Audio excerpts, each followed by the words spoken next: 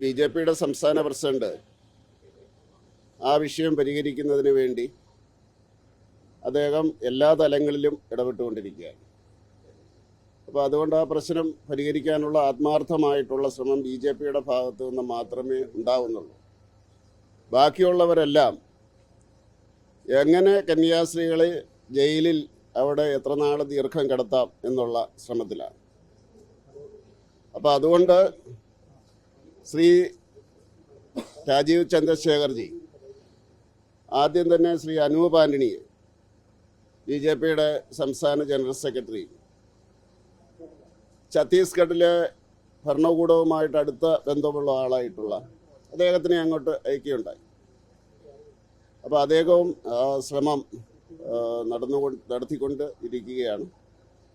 വളരെ നമുക്ക് സന്തോഷകരമായിട്ടുള്ള വാർത്ത കിട്ടുമെന്ന് ഞാൻ പ്രതീക്ഷിക്കുന്നു. പക്ഷേ ഇങ്ങനെ ഒരു ഇത് നടക്കുമ്പോഴും സെഷൻസ് കോടതിയിൽ ജാമ്യം കിട്ടുമെന്നൊക്കെ പ്രതീക്ഷ, അത് NIA കോടതിയിലേക്ക് കേസ് പോവുകയാണ്. സന്തോഷമുള്ള നടപടികളല്ല അവിടെ. അല്ല, അതിൻ്റെ അകത്തൊരു വിഷയം, ഇതിൻ്റെ അകത്ത് ഇടപെടുന്നവരെല്ലാം ഒരു കാര്യം കണ്ടുപിടിക്കണം.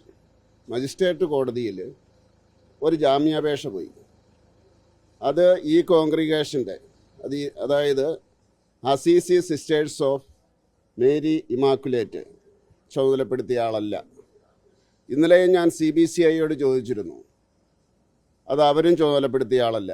നടപടികൾ പൂർത്തിയാക്കാതെ ഒരു ജാമ്യാപേക്ഷ സമർപ്പിക്കുകയും അത് തള്ളുകയാണ് ആദ്യം ഉണ്ടായത്, ആദ്യത്തെ നടപടി. ഇപ്പോൾ ഇവർക്കൊന്നും അറിയത്തില്ലാത്തതുകൊണ്ട് ഭയങ്കര മതേതരവാദികളും ക്രിസ്ത്യാനികൾക്ക് വേണ്ടി മരിക്കാൻ തയ്യാറായി നിൽക്കുന്ന കോൺഗ്രസ്സുകാർ ആറ്റുചാലിൽ അച്ഛൻ്റെ നട്ടല് തകർക്കുമ്പോൾ അതിനുള്ള മിണ്ടുകല, കാരണം PFIക്കാരായതുകൊണ്ട്. പാലാ ബിഷപ്പിന് എതിരെ പ്രകടനം നടത്തുമ്പോൾ പാലാ ബിഷപ്പിന് എതിരെ കേസെടുക്കണമെന്നാണ് VD സതീശൻ പറഞ്ഞത്. അതപ്പുറത്ത് PFI ആയതുകൊണ്ട് അവരൊന്ന് പറയണം, ഈ ആരാണ് ആ ജാമ്യാപേക്ഷ കൊടുത്തതെന്ന്. അതാണ് അതിൻ്റെ തുടക്കം. കാരണം പോലീസ് ഞായറാഴ്ച രാവിലെ തന്നെ ഈ മാതാപിതാക്കളെ കൊണ്ടുവന്നിരുന്നു. അവർ ഞായറാഴ്ചയും തിങ്കളാഴ്ചയും മുഴുവൻ അവിടെ ഉണ്ടായിരുന്നു. അപ്പോൾ തിങ്കളാഴ്ച ജാമ്യാപേക്ഷ കൊടുക്കും എന്നായിരുന്നു പറഞ്ഞിരുന്നത്. അന്ന് കൊടുത്തില്ല. ഇവർ ആദിവാസികളാണ്, പാവം മനുഷ്യരാണ്. അവർ തിരിച്ചു പോകണമെന്ന് പറഞ്ഞ് ചൊവ്വാഴ്ച ഇവർ പുറപ്പെട്ട് കഴിഞ്ഞപ്പോഴാണ്, അതായത് ഇവരെ ഹാജരാക്കണം കോടതിക്ക് നടപടി വേണമെങ്കിൽ. ഇവർ പുറപ്പെട്ട് കഴിഞ്ഞപ്പം പെട്ടെന്നൊരു ജാമ്യാപേക്ഷ അപ്പം തന്നെ തള്ളി. അപ്പോൾ അത് ഈ ഭയങ്കര ക്രിസ്തീയ വിശ്വാസികളും മതേതരവാദികളും ഒക്കെ ആയിട്ടുള്ള കോൺഗ്രസ്സുകാർക്ക് അറിയാമെങ്കിൽ അതൊന്ന് പറയുന്നതല്ല, മാധ്യമങ്ങളും ഒന്ന് കണ്ട് പിടിക്കണം ആ കാര്യത്തിൽ. ആരാ ജാമ്യം കൊടുത്തോ? ദേഷ്യം കണ്ടോ, എന്തൊരു ദേഷ്യം. ചിരിച്ചോണ്ട് ചോദിച്ചു, കുഴപ്പമൊന്നുമില്ല. പറഞ്ഞു അല്ല,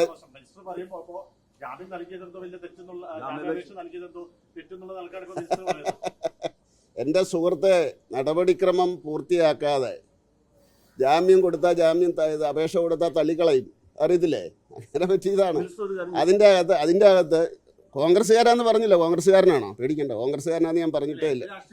അല്ലല്ല, അത് എനിക്ക് രാഷ്ട്രീയം പറയാമല്ലോ. ഞാൻ രാഷ്ട്രീയക്കാരനാകുമ്പം രാഷ്ട്രീയ ചോദ്യം വരുമ്പം തിരിച്ചു ചോദിക്കും. ഫ്രീഡം ഓഫ് എക്സ്പ്രഷൻ അല്ലല്ല, ഫ്രീഡം ഓഫ് എക്സ്പ്രഷൻ എൻ്റെ സുഹൃത്ത്, ഫ്രീഡം ഓഫ് എക്സ്പ്രഷൻ എന്ന് പറയുന്ന ഒരു വഴിയല്ല, തിരിച്ചും ചോദിക്കാം. നമ്മുടെ ഭരണഘടനയിൽ അങ്ങനെയാണ്.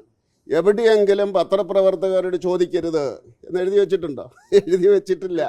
ആ ചോദ്യം ചോദിക്കും, തിരിച്ചു ചോദിക്കുന്നു. അതിന് ദേഷ്യപ്പെടരുത്.